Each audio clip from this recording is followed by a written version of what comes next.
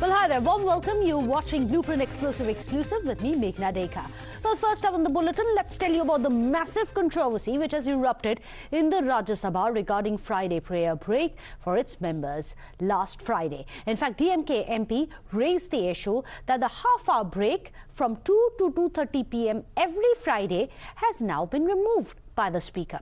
In fact, another DMK MP, Mohammad Abdullah, then contended that this practice was being followed for the last 60 to 70 years and was for Muslim MPs, allowing them to go in for the Jummah namaz. However, the Speaker, Jagdeep Dhankar, gave a stinging reply to both the MPs on the floor of the House. He said that there is no such break in the lower house, and since both of them are integral to the parliamentarian procedure and the process, both the houses must follow the same timetable. Listen in to the entire exchange which happened last Friday. Yes. So normally the convention is that on Fridays the afternoon session commences at 2:30, sir. But today in the revised list of business we have received as 2 p.m., sir. When such a decision was arrived, members are not aware, and why such a change, sir? We would like to know, sir. Please, thank you. Honorable members, this is not being done from today. This has already been done earlier by me, and reason was given. Lok Sabha sits at 2 p.m. Lok Sabha and Rajya Sabha, being integral part of Parliament, need to adhere to the same time to the extent possible. And therefore it was 2 p.m. on an earlier occasion as directed by me. So this is not a beginning today. Practice for such a long time, for 60, 70 years. What are you saying? Both Lok Sabha, sit down now, I'm addressing the issue. Both Lok Sabha and Rajya Sabha have members drawn from all sections of the society. Lok Sabha sits at 2 p.m. There are members from every segment. Consciously, after due deliberation, I had effected it, indicated to the House, and this was already in place on the last session. The House will meet after lunch at 2 p.m., being in conformity with the time frame indicated by Lok Sabha. Now, even though there is no such break in the lower house, this issue has now kicked up a huge row. Well, the opposition MPs have accused the centre of being anti-Muslim. Listen in. Modi ji बात करते हैं सबका साथ, सबका विकास, सबका विश्वास की। अभी सालों से परंपरा रही है कि राज्यसभा में या लोकसभा में जो भी मेंबर ऑफ पार्लियामेंट है मुस्लिम, उनको आधा घंटे की एक छूट दी जाती है जुम्मा की नमाज अदा करने के लिए। फ़र्ज़ नमाज है जुम्मा की, आधे घंटे के अगर वक्त दे दिया तो कौन सा पहाड़ टूट पड़ता है। मोदी सरकार जब से सत्ता में आई है हर काम ये एंटी मुस्लिम ही करते हैं, एंटी मुस्लिम सरकार है। तो हम तो चाहेंगे कि ये डेमोक्रेसी, सेक्युलरिज्म, प्लुरलिज्म के खिलाफ है। हर इंसान को अपना राइट है to practice religion of his own choice. However, the BJP has cited protocol and procedure, saying that there are no special preferences which are being given to anyone. That is part of the Sabka Saath formula. Listen in. आज फारूक अब्दुल्ला अपने बयान में भाजपा को कटघरे में खड़ा कर रहा है कि 370 के बाद आज जम्मू कश्मीर को जहन्नम में पहुंचा दिया। जहन्नम में तो तब जम्मू कश्मीर को पहुंचाया था फारूक अब्दुल्ला जी आपने, जब आप Jammu in the Lok Sabha by the Honorable Speaker of the Lok Sabha, and in the Rajya Sabha by the Honorable Chairperson of the Rajya Sabha, and whatever they decide is under the Parliament rules. This is not about any community or anything else, but what seems to have come out from the statement is that in the Lok Sabha there is no such extra time provision. In the Rajya Sabha it seems to be there. And now both houses are going to function in unison. So I don't see any reason for someone to try to politicize it or try to give it a colour beyond parliamentary procedure. Well, let me go across to Anil Anthony, who's joining us, BJP's National Secretary, also joining us, Salim Dharanidharan of the DMK, a spokesperson. Anil Anthony, I'm going to come to you first. You just heard Varis Pathan of the AIMIM. He has said that this move shows that the BJP government is anti-Modi. I believe we have Salim Dharanidharan also who is joining us. So I'm going to come across to you, Mr. Dharanidharan. Why call it anti-Muslim mindset of the centre. After all, this is a decision taken by the Rajya Sabha chairperson to be in consonance with the lower house. The lower house of the parliament also does not allow for an additional break like it doesn't for any other religion. So, thank you for having me in the show. My name is Salem Dharnidharan. So, I come from a place called Salem. So, that apart. I beg your pardon.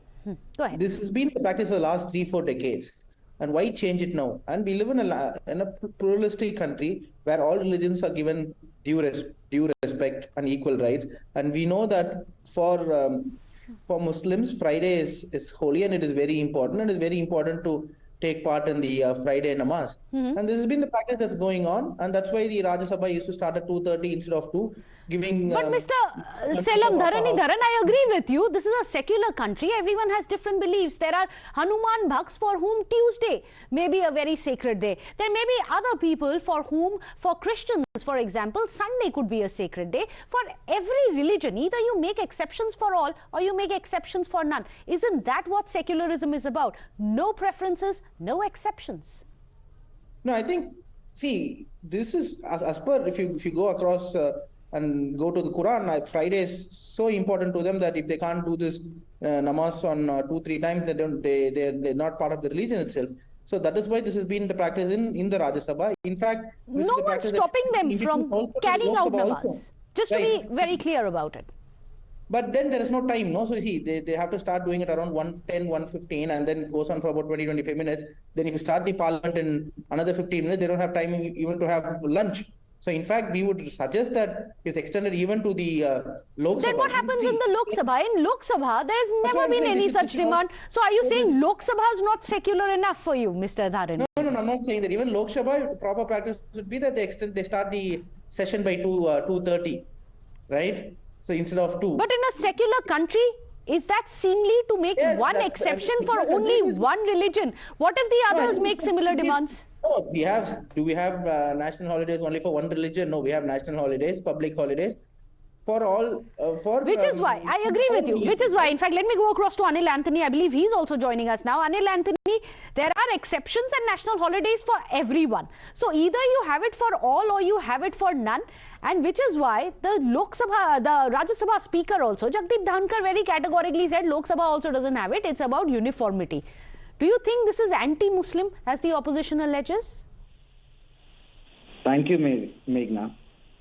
First of all, I would say, like, whatever you're seeing today, it is just making a lot of noise and it's creating an issue out of an issue which doesn't exist. This is just you look at it, both we have the Rajya Sabha, we have the Lok Sabha, both are very integral part of our parliament. In the Rajya Sabha, they noticed that there will be the first session from 11 to 1 and a second session from 2:30 to 4. In the Lok Sabha, the same day, it said that the first session is from 11 to 1 and the second session is from 2 to 4. And just to make things uniform, to ensure that both the houses function the same way, the chairperson of the house did what he did. Again, here you have the opposition that is to create a communal angle to what has been done. Again, trying to bring in minorities and minority rights, etc. But again, let us be very fair and honest here. First of all, again, the Bharatiya Janata Party do not differentiate between any religion or caste or subcaste, etc. We believe in our Prime Minister's vision of Sabka Saath, Sabka Vikas, Sabka Vishwas, Sabka Prayas. We believe in progress for all and appeasement for none. Right. And we have been working for all the 140 crore people together. You need to understand, again, like my esteemed panelist was also talking about one particular community, telling that this is their prayer time, etc. The Lok Sabha itself got a lot of members from that community, but nobody has said that, oh, we need extra time for our prayers. Nobody has said that. And then the Rajya Sabha also, like, finally, you have members from other religions also, members from other communities also, and nobody has said that because of certain reasons. Answer that, Mr. Salem Dharanidharan, that there are MPs drawing across communities in both Lok Sabha and Rajya Sabha. If there is no exception, then there should be no exception for all. As per the BJP, that is the real Sabka Saath. See, there is no Sabka Saath, Sabka Vikas. There is only V2 and Rs2. So we know that. In fact, after BJP has come to power, we know how much the most not just religious communities, but also people belonging to the other sections of the society have been left behind. The inequality has risen, and we also know compared to other religion as well how much they have been left behind. Number of parliamentarians in So do you welcome the uniformity now? There is no discrimination. Let me complete. Number of parliamentarians from minority religions after BJP has come to power also drastically reduced. If you go to economic data also, the number of people below poverty line has increased from minority as well, not just Anil Anthony, a quick rebuttal. We don't have much time. Okay, Anil Anthony, Muslims are suffering under the BJP is what the DMK says. Anil Anthony. See, sadly, the opposition is trying to create narrations which is very cut off from realities. Again and again, like I say, we believe in Sabka Saath, Sabka Vikas, Sabka Vishwas. We are taking everybody together. We don't differentiate between religion, caste or subcaste. Here, the only problem is some members of the opposition, because of certain electoral politics, because of electoral expediencies, because of political expediencies, and because of whatever they think is their vote bank politics, they want to pander to some of their minorities by asking for special rights for some people, which is not guaranteed by the constitution.